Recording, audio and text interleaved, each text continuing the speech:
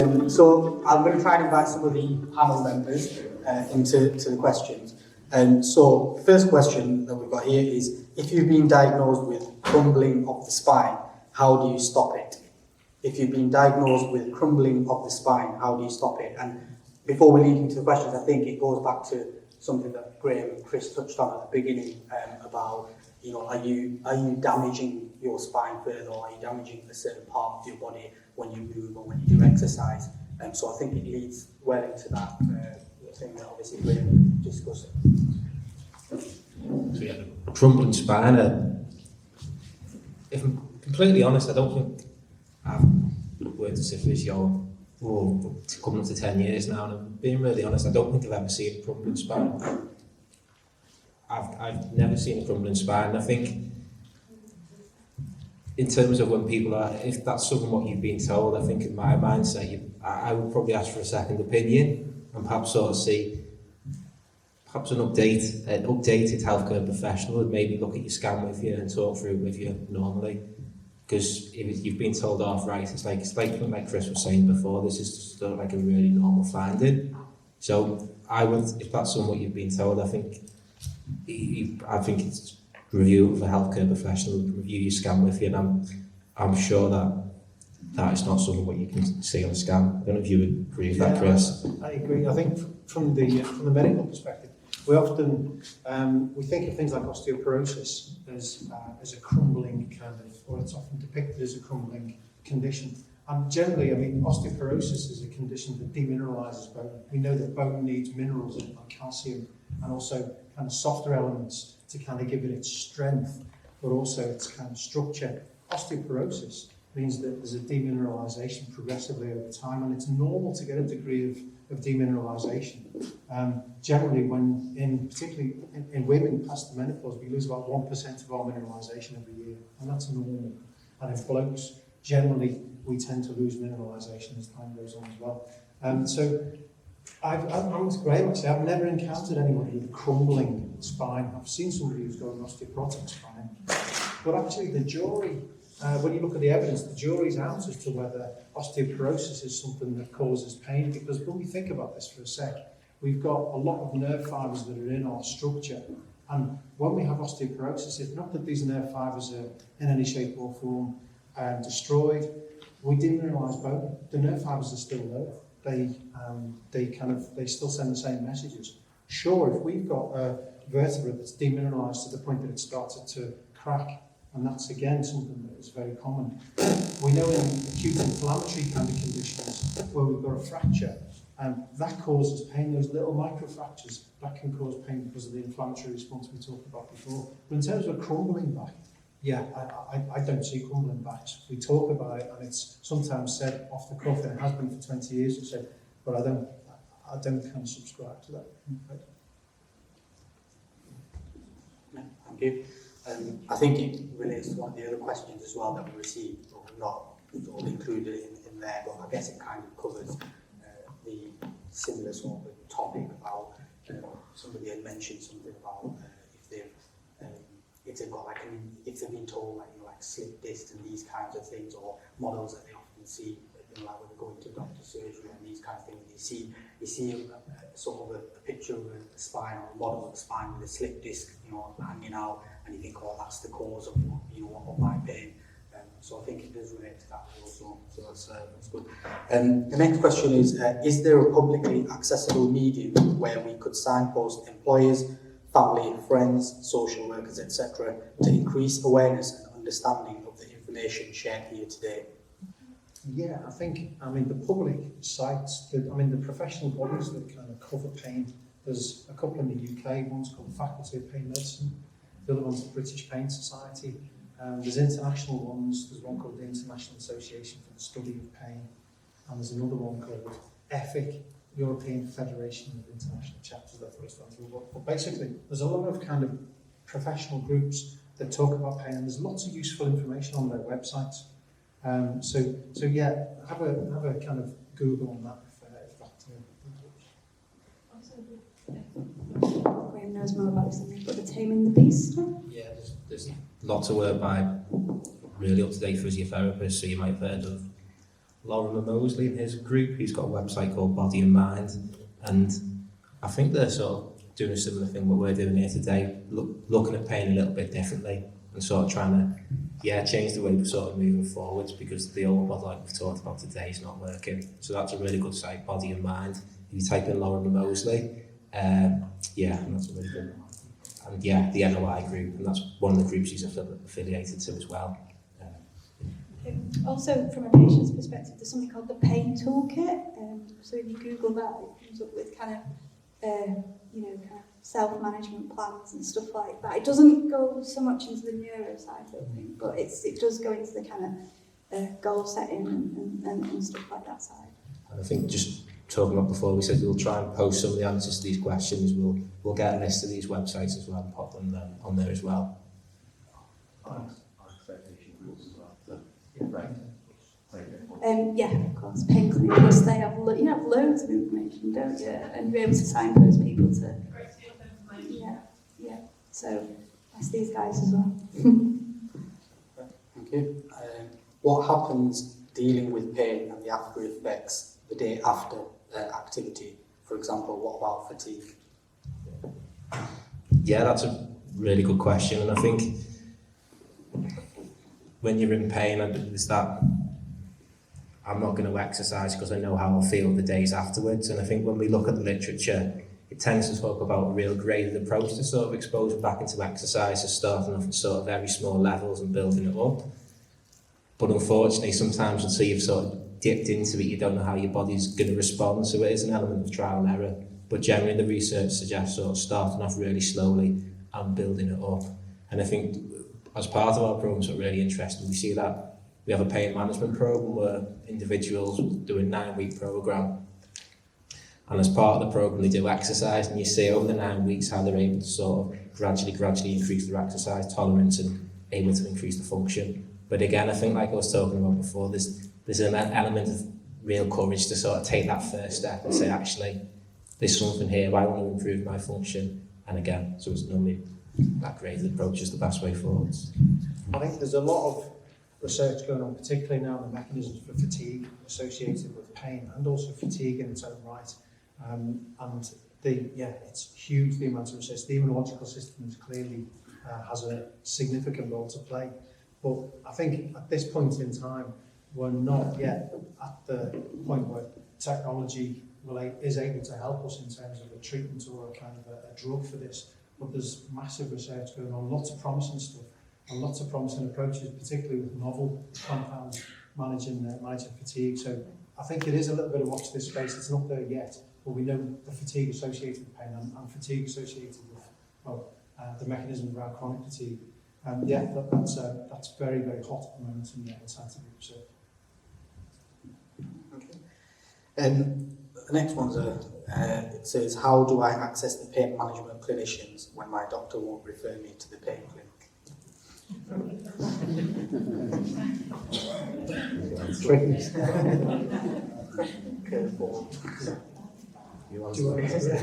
Nobody wants to answer. I think some of it is. Mark, do you want to say something? Okay. Has anybody else found that and found success? Got your hand?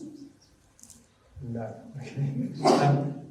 Basically, I think plugging away. I mean, change doctor. Yeah. I think for me, managing. I think for all of us, managing pain is it's all consuming, and I think if you've got a good team of people around you to help you manage, then that's brilliant. If you don't have a good team of people around you, then it's kind of recognising who you need within your team, and a GP who you've got a good relationship with, and that's sometimes difficult to get. Again, I'm talking as a previous GP, it is quite challenging, particularly given kind of how we work now in primary care. But get hold of a good GP and try and find one, and that way you can build a relationship.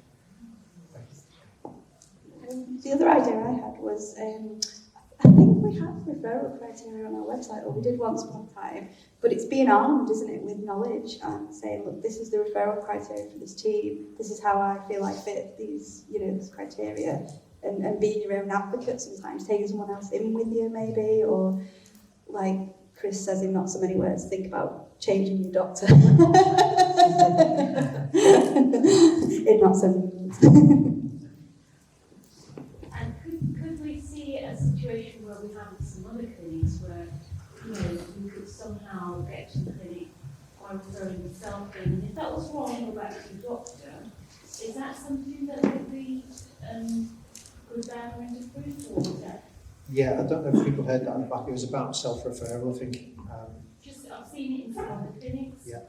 Yeah, I think it's something that's being worked on, and other services within this locality, or sorry, not within this locality, but up in Preston, there's a musculoskeletal service. They do offer elements of self-referral into that service, but the amount of information that's required for, if you're looking at a complex condition like persistent pain, that's tricky to initiate self-referral because there's a lot of information you need about medication, about previous illness, about, you know, lots of different things. And so self-referral, I think we probably need to think carefully about how we do it. I certainly think it's it's something that we should be looking at in the future. But yeah, we just, I guess our referral systems at the moment are just not quite there. So I think it's certainly something we should be looking at. Okay.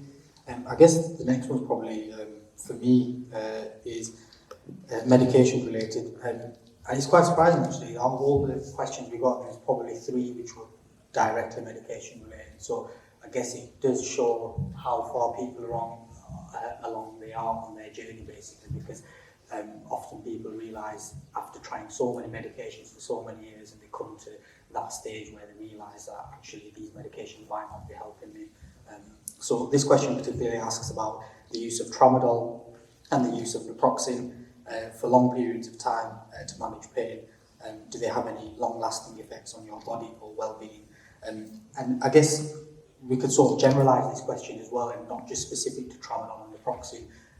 So tramadol is like a weak opioid, and naproxen is an anti-inflammatory. And there's probably many of you in this room who have either been on it at some point or know somebody that's been on it. And the biggest thing, like with naproxen, for example, and anti-inflammatories that people tend to talk about is the stomach, the inflammation of the stomach, or the bleeding, the risk of the bleeding that it can cause. But there are other, issues and other long-term effects. One consultant I used to work with in a hospital setting, he used to say that it's like naproxen or NSAIDs, which are the anti-inflammatories, is basically the devil's drug, because they said that the amount of patients that they see, especially in the elderly population, who take these anti-inflammatories, and it affects the kidney function, and that ends up causing them to have an acute kidney injury, what we call, and they will be admitted to hospital. So yes, in short, obviously medication as a side effect can cause sort of a long-lasting impact on your body. Sometimes they're reversible, so when you stop the medication, these things subside, but sometimes they can have a long-lasting effect as well on the body. And I think Chris talked about opioids briefly in his talk to say where opioids fit into the whole mechanism of pain, and why we know that the evidence doesn't point towards opioids. So there are obviously the disadvantages of using medication, and there can be long-term impacts of that, and that's why it's important.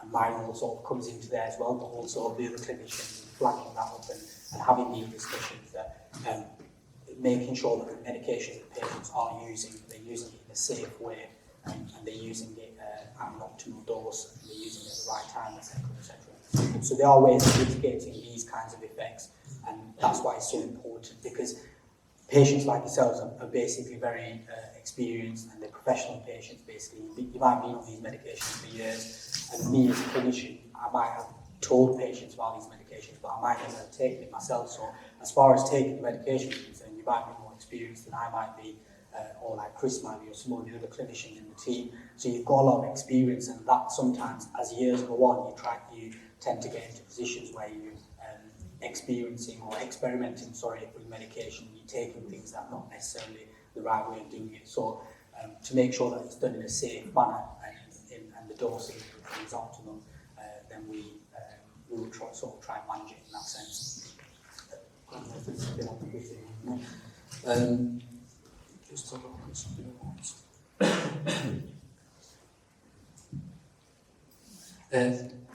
one for Chris and maybe Graham, the difference between spondylosis and arthritis. Spondylosis is a term that has been used for years actually, and it's kind of more of a reflection of changes that you see on an X-ray. So if you were to look at somebody's neck on a film and they had arthritic change, maybe bits of extra bone that have grown on it, because again that's a normal response. Our body remolds and remodels as time goes on. So if you X-rayed anybody's neck at the age of 20, then at 30, then at 40, then at 50, you'd see changes in the neck, and you would see bones that are kind of different, slightly different sizes or different shapes, and that's the body's response to ongoing kind of mechanical stress that's placed upon it. And again, that's normal. So spondylosis basically is a description of those changes. And as Graham alluded to, I think earlier, he made a really important point that there's been many studies now that have shown that the amount of change on an X-ray can't be equated to the amount of pain somebody's in. So there can be lots of change on an X-ray and you don't have pain, or there can be very minimal change and people have terrible pain. So we can't conclude that spondylosis is kind of that X-ray appearance is something that's painful. So spondylosis basically is a radiological term that kind of X-ray doctors use to describe change as the bones have remodeled. Osteoarthritis is kind of the regenerative process that we see in joints, where the immune system looks at tiny little microtraumas that have occurred and tries to repair them. Sometimes an osteoarthritic joint looks a bit like the surface of the moon if it's had loads and loads of repairs. But it's the body remolding, and it's the body kind of bolstering what it's got. We used to kind of think of osteoarthritis as a degenerative condition. We've really started to rethink in the last 10 years, 15 years, as there's more evidence that this is a regenerative condition, not a degenerative one. I don't know if you're going to work. Thank you. If you have nerve damage from a tumour in the spinal cord, how do you control the pain in the nerves from that, i.e. like electric shock feeling? Yeah. Again, this is quite a specific question really about neurological damage, I guess, because if there's something like a spinal tumour that's been there, then that can, like any tumours, they can damage tissue around them, depending on what kind of tumour it is. They can cause compressive effects on the nervous system or on nerves, and that compressive effect can irritate a nerve. And so it may be that perhaps the tumour has been removed from somewhere, and you're left, or what can be left is the kind of, I guess, the way I would think about this is the software problem afterwards, and that the hardware, the tumour has been removed, but the processing now has changed within the central nervous system. So particularly we're talking about spinal cord tumours now. If you've got something removed there, then that can continually have irritated the nervous system. So the processing is different, and it may become much more sensitised. And I guess that becomes really the realm of what we were talking about before, about how the brain then processes all of that sensory information, and the different strategies. We may gain 1% from doing this, we may gain 3% from doing that.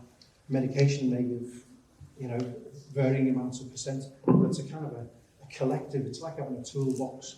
Lots of different things will give different contributions towards managing pain. So it's not an easy answer really, and sometimes what we focus on in the clinic is trying to kind of focus initially diagnostically what actually is the mechanism here. Some of this central nervous system change, some peripheral nervous system change. Is some of the pain actually as a consequence of we're moving differently, and that might be contributing towards our pain. So it's about drilling some of those things down. Graham, I don't know whether you want to pick up anything there.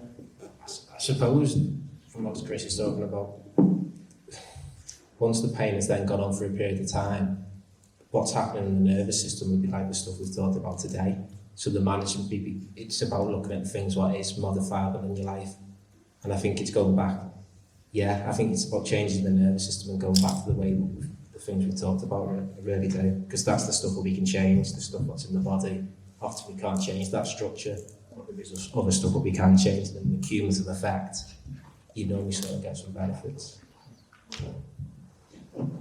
I was just thinking about inviting the person to think about the times when those sensations are there, those pains are there, but they're less noticeable, because often when people are experiencing pains like that, it can feel like it's happening all the time, to the same intensity, you know, and the more you think about it, the more worked up you get, and then the more worked up you feel about the pain, and you know, all these kind of same brain areas are from firing off. But actually, when we invite people to look at times when it's less noticeable and more in the background, sometimes we can find interesting things out about what helps them to live better. And also I was thinking about the literature about the mindfulness stuff, and how sometimes associating more of a calm, relaxed response with a painful stimulus, you can't change the sensation of the pain, but you can change how you react to the pain to a degree, and that's what those studies Mark's was talking about. So there might be some mileage in stuff like that. I think the last question, and it ties in a little bit with the previous one. So taking it right back to the beginning, the analogy that Chris brought up, thinking of the hammer and the thumb scenario, putting the thumb under a cold tap to make it feel better. What can someone with fibromyalgia do when all the families of drugs, all the types of drugs haven't helped, and every day you're consumed with pain? I have lots of things I'm interested in, but the pain doesn't decrease and eventually stops me enjoying activities. I had a broken cervical vertebrae age 11, 12. Could this have been the trigger? What was the last bit? I have a broken cervical vertebrae aged 11 to 12. Could this have been the trigger? There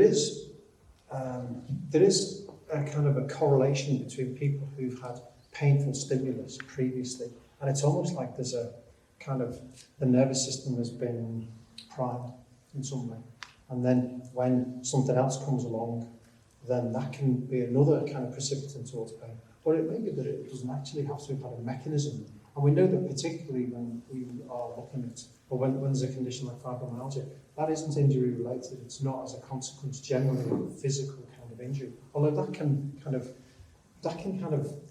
make things worse. But we know that the mechanisms, some of the mechanisms, we don't fully understand fibromyalgia as the reality, but some of the mechanisms in fibromyalgia really demonstrate high levels of central sensitization, which means that the brain is, as we've been talking about tonight, the brain is quite active, and it struggles to switch off in some of the key areas that kind of that are responsible for managing pain. So I think the challenge, I guess, really is looking at pain management strategies as a toolbox. As I said, really, it's not about a single thing that will get rid of the pain or will stop the pain. This is pain of central origin. So therefore, a lot of the central things that we were talking about are about kind of mindfulness strategies, about kind of how we move, how we desensitize our nervous system to an extent with movement. Those are going to be really important things. And again, all of the stuff, all the things that Becky's been touching on, those are really important cognitive factors. Like we said, the sensory system and all the cognitive factors are kind of mixed together, and that's what creates and contributes towards a pain experience.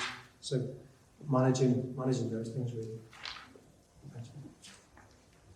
We've just got the message from Mark. So I think that wraps up the questions that we'd selected out. But as I said before, there's quite a lot of other ones as well, and hopefully we'll try and get some written answers. So if you have a look at our website, visits and ish, and hopefully we'll be able to get some answers provided.